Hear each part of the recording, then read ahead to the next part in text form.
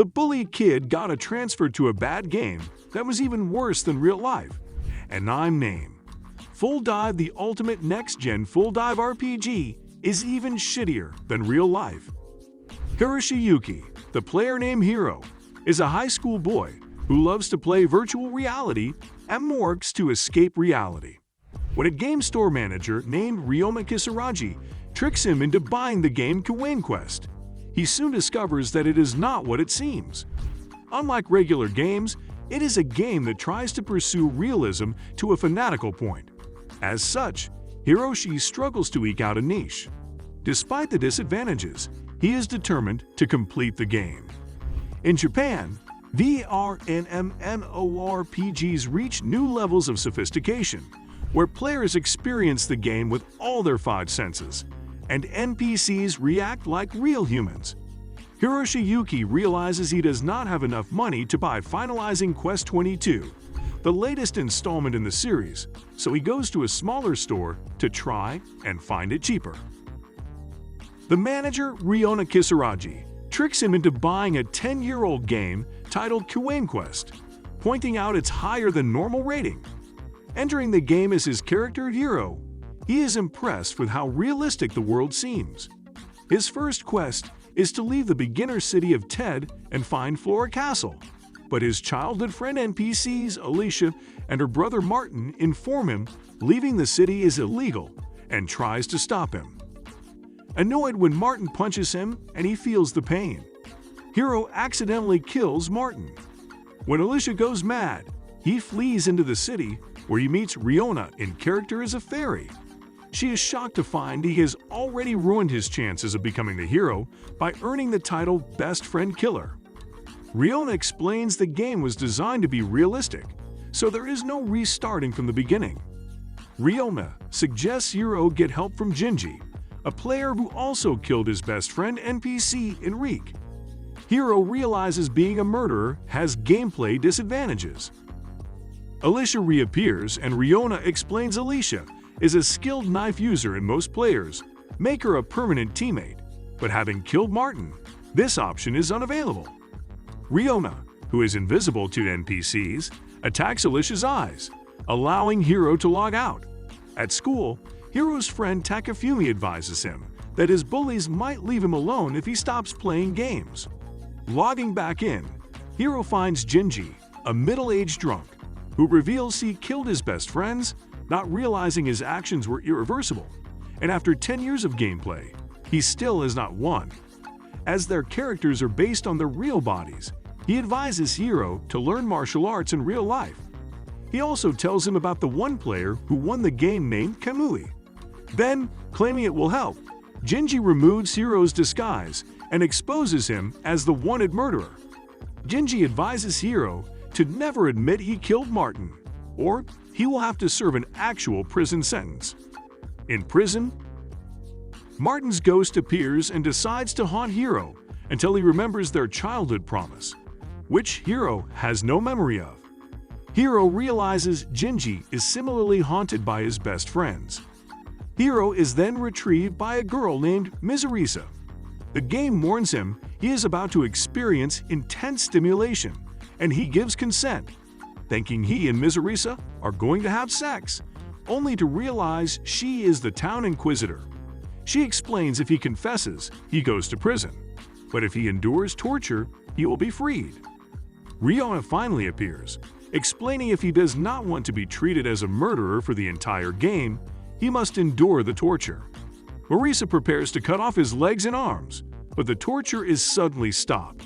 Examining Hiro's title, Ryoma realizes that having wet his pants in fear, Hiro accidentally unlocked a previously unknown skill and a storyline that avoids the torture. While Ryoma is ecstatic, Hiro furiously quits the game and swears to never play again. Hiro remembers how he tripped and accidentally wet himself during his first race in high school. Mike McLachlan, an Olympic medalist in the audience, identified his lack of mental strength and advised him to look inward. As such, Hiro quit the track team and became the target of bullies. In the present, his sister criticizes him for quitting just because the game became difficult. After the bullies take his money again, he goes to Riona's shop to return the game. However, she lets him know about Soichiro Kamui, a local politician who attributed his success to lessons he learned from winning the game.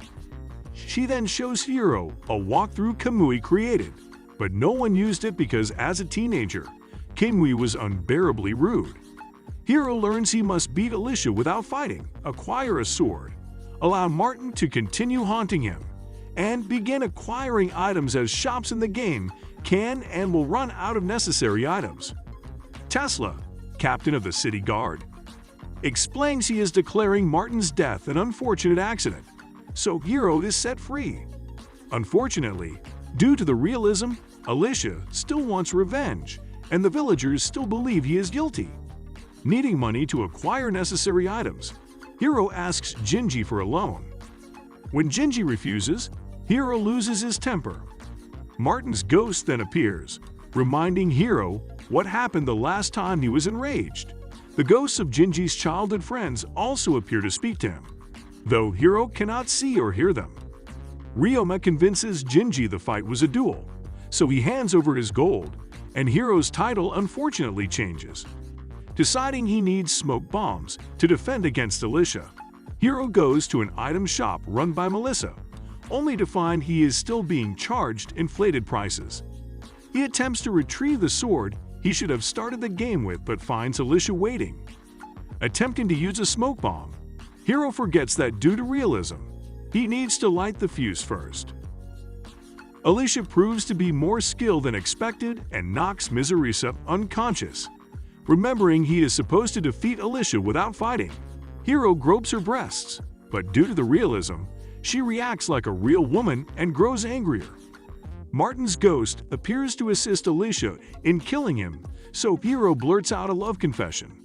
As his childhood friend, Alicia reveals she is conflicted and runs away. Hiro realizes Alicia is unaware she is a game character and believes he is her beloved childhood friend. And while Martin's death was an accident, he ran like a coward rather than grieve with her. Realizing the point of Kenwi's walkthrough, Hiro asks Martin to continue haunting him, which unlocks one of his character's childhood memories. Learning the childhood promise that he and Martin would stay friends forever, Martin forgives Hiro and moves on to the afterlife. When Hiro's title changes to something slightly better, Riona believes he might once again have the opportunity to become the hero, starting with getting his rusty sword repaired. Hiro learns from the blacksmith that goblins are attacking. Riona warns Hiro that goblins are ridiculously powerful, and that if he dies, his game console will be irreversibly shut down as a realism penalty. When Hiro asks if any players have defeated a goblin before, Riona reveals Kamui and Shohei have, the latter being a boxing champion named Shohei Ada, who publicly admitted defeating a goblin was harder than defeating a real-life human opponent. Hiro has Riona distract a goblin to save a little girl NPC who resembles his sister. When the goblin almost kills her, Hiro unlocks a super speed skill based on his real-life running ability and saves her. Tesla then arrives and kills the goblins, with Riona revealing he is one of the game's strongest NPCs. Hiro furiously discovers saving the girl added Lolita complex to his title. Tesla asks him to join the city guard as a mercenary and Hiro accepts before logging out. Hiro learns that having kept the childhood promise and defeating Alicia without fighting, he actually has a 0.5% chance of surviving, but only if he endures Tesla's intense 5 days of training and survives the second goblin attack. Hiro then informs Cade he is not quitting and will be spending 5 days in the game. Re-entering it, Tesla introduces Hiro to Queen Govern, the enthusiastic ruler of the city. Hiro later meets 2 mercenary recruits like himself, Grenada and Palu, as well as Kathy and Bob, soldiers who help train recruits. His main trainer is Amos, the soldier who initially arrested him for Martin's murder. Hiro fails miserably against Amos and realizes, like his real body, he has no fighting ability at all, so he is ostracized. Hiro oversleeps and is late for his second day, so Amos has his practice alone. Grenada and Palu bully Hiro for being a friend killer and weak soldier. But Kathy offers to train with him and show him the basics. Ryoma takes Hiro to the city guard's counselor for depression, but the counselor criticizes Hiro for his lack of combat skills. Kathy suggests Hiro pray for guidance, but all that happens is a nun douses him with holy water. On day 4, Paolo viciously beats him and warns Kathy if she is Hiro's friend. He and Granada will beat her too, so Kathy rejects Hiro. The next day, Granada is pranked so badly that he quits.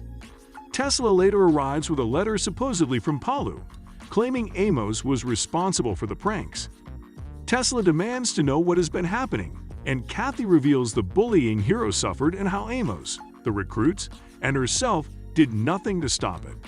As a result, Tesla fires Amos while Kathy and the recruits apologize to Hiro. That night, Ryoma reveals to Hiro the pranks we were doing, which causes his title to change as though it was his fault. Hiro decides to fight the second Goblin Assault, even if it destroys his console. Ryoma reveals Kamui once rejected her in-game because her breasts were too big, so she swore to marry someone else who completed the game as petty revenge. Logging out, Hiro finds Cade is increasingly worried about him. Checking the walkthrough, Kamui tells Hiro to stop relying on the walkthrough and just fight. Tesla announces he has replaced Granada and Paolo with Mizurison and Alicia, and orders them to patrol the evacuated city with Hiro. Alicia and Mizurisa apprehend a thief who admits a crime boss, order the thieves to steal as much as possible before the goblins arrive. Infiltrating the thieves' headquarters, they find the boss is Genji.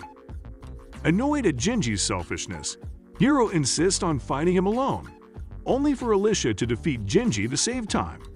Genji is impressed with Alicia and slightly regrets having killed both his childhood friends, but is happy to go to prison as prison cells are exempt from being attacked. The goblins attack, and despite having already gone to the bathroom, Hiro has to go again. Marisa decapitates the goblin and offers to seduce Hiro. Alicia, interrupting them, allows Hiro to escape, but he has to use the bathroom yet again. Ryoma asks about his past, so he explains what happened.